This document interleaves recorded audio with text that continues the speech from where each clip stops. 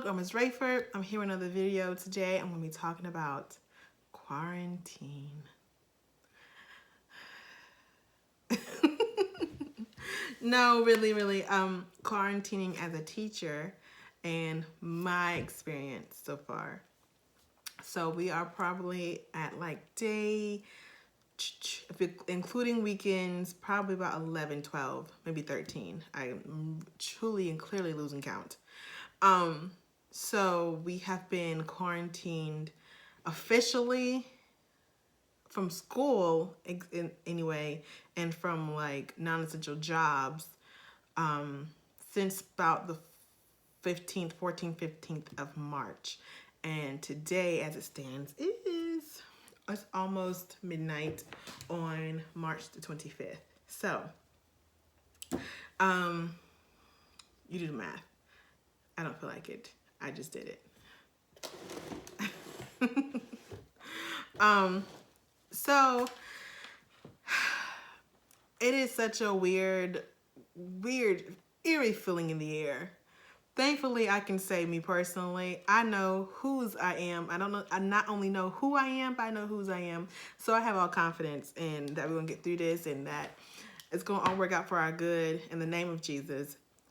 But I'll be doggone, this is not really strange. It is really weird. It's just a very odd, almost out of body experience where you're like, is this actual real life right now? Like, and truly and really and fully. Like,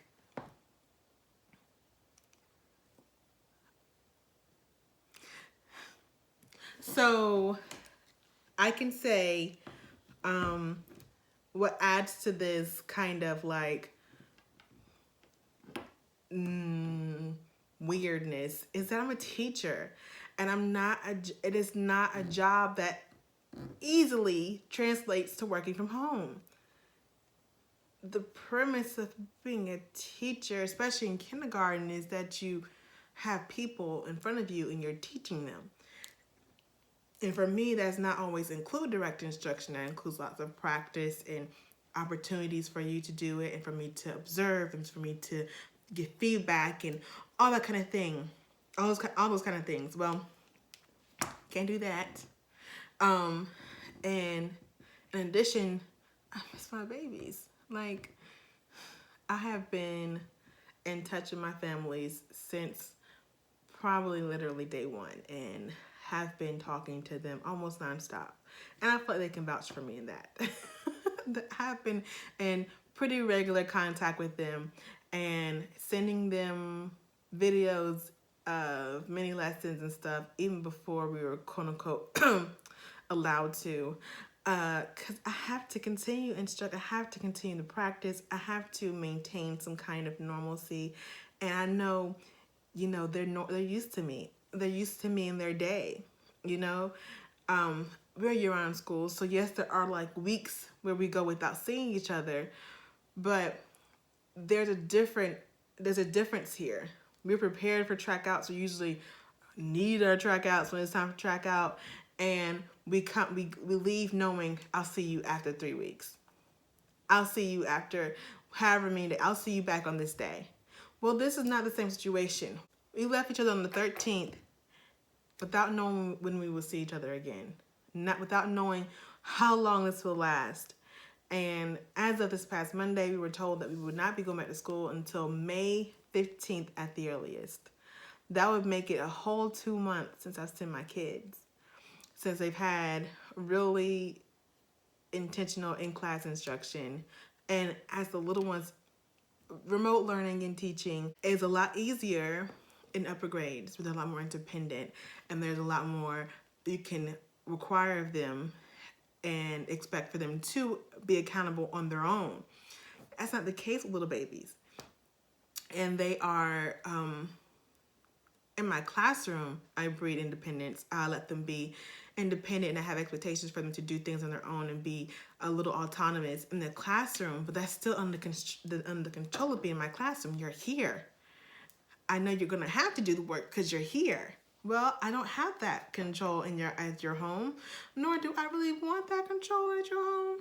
So it is a different feeling and dynamic altogether. So it is such a strange position to be in as a teacher, and a kindergarten or younger grade teacher specifically. I can't imagine what public school, preschool teachers are going through, being told they have to do remote instruction, if that's what they're being told. I don't know what the Office of Early Learning is doing, or what the expectations are for pre-K teachers, but to be certain, it can't be too heavy, because I mean, they're 5 and 6, maybe 7, depending on situation, but really young. And not to mention differences in access. Yes, I know there's the spectrum free for whatever day, but that's assuming they have an address. And that's not the case for all of my kids. It's not the case for all kids in general. So there's still so many things that you just, where school, the school building, the school day, the accessibilities at school, the amenities at school were the constant, and the maintenance of the child. So having these unforeseen and unprepared and unknown length of time without having that normal is jarring in lots of ways. So I've been trying to adapt to it and have my own little ways of quarantining, being a quarantine teacher, if you will. Hashtag quaranteacher. And trying to still maintain such a level of a classroom through devices. And right now, the way that I've been doing it, like I said, is I've been doing videos with them. I send them every day or every other day, depending on what exactly my day is going on. But I have been sending those, and parent feedback is that they love them. They love feeling like they're big siblings who have to do work, or, like they can still do school and have something that's normal in their day, because, being at home and playing all day is fun until it's not. So having something to break up that day and something to stimulate their minds.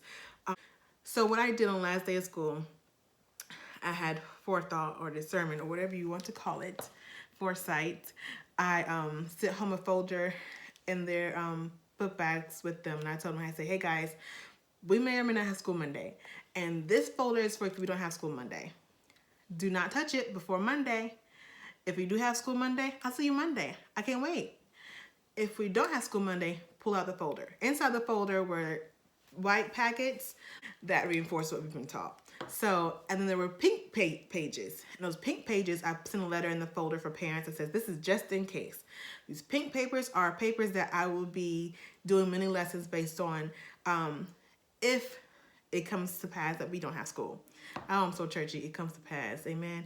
If it comes to pass, we didn't have school and we didn't. So on that Monday, I sent a message and said, well, guys, here we are.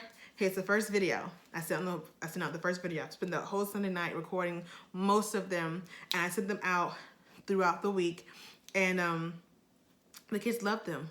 And once we got the news the following Monday, which was this past Monday, that we will not be coming to school till May 15th, my heart broke a little bit. I'm like, it's so long. There's so many things I could think of. That's like, how are we going to continue to maintain a certain level of normalcy for these babies? Maintain what they've been taught. What about the kids? There's so many things. And you know what? I'm not saying this in a pointing finger, scapegoat, trying to find a reason, trying to find someone to blame situation.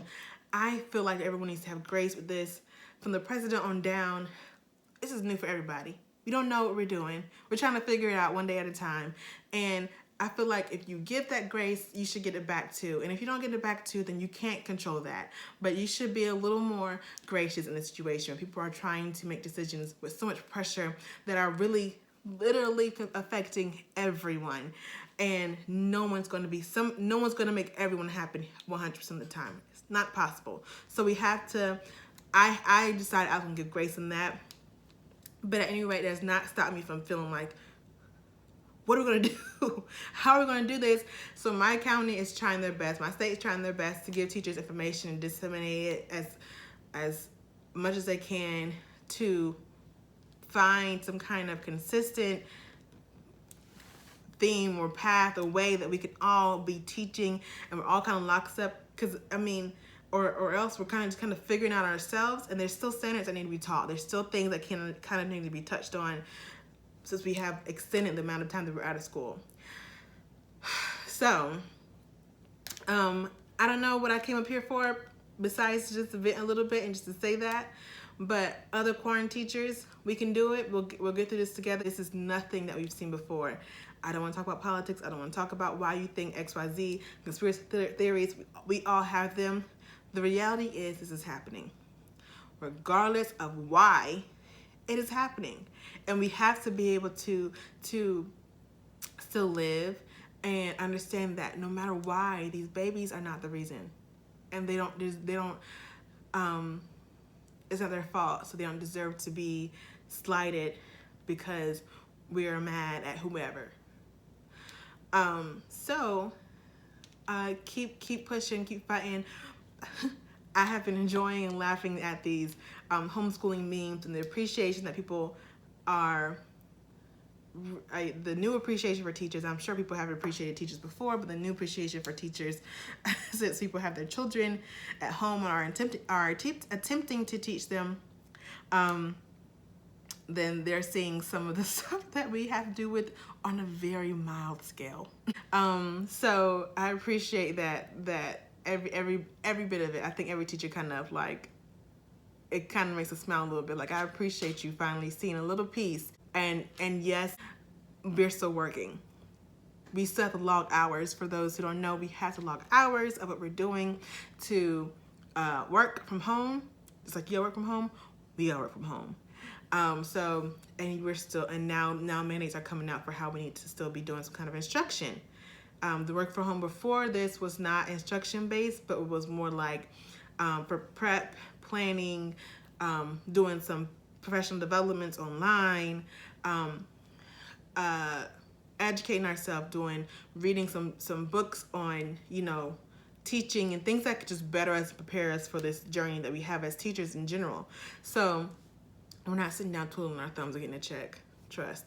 So to all my families who are holding it down or who are really putting forth the effort to try and keep some education at the forefront, thank you so much. For the parents who are letting their kids be on TV and the iPad a little bit longer, I don't blame you. Pray, spend time with your family, read your word, read a book, all the things you've already heard. I just did this to say to my other quarantine teachers, we got it, we got it.